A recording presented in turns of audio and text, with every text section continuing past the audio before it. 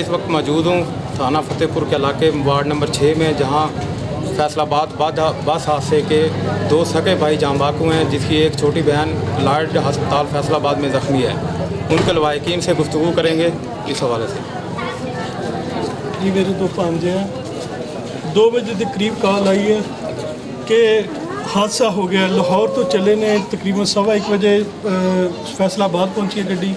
उस बाद पैसरे के करीब एक्सीडेंट होया, कंटेनर के नाल टकरा गई गड्डी।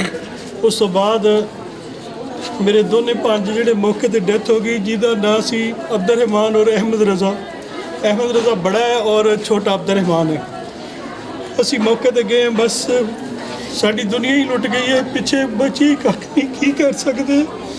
बस अल्लाह की रज़ा ते असी राज़ी है, उस इलाही की रज़ा ते असी राज़ी है। बस इस तो इलावा साढ़े कोल की है जिहड़ा असी तुहानूं बयान कर सकते हैं, और कुछ नहीं है।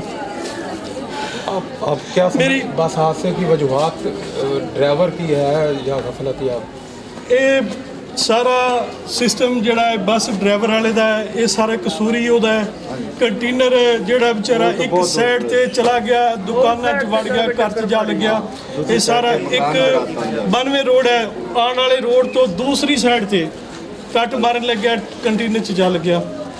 बड़ियां सारियां जिहड़ियां सीटां बचा के पिछले सार शहर सफाई कर। 2 मेरे अजीज हो रहे सच अख दे विच है, वो भी फौत हो गया।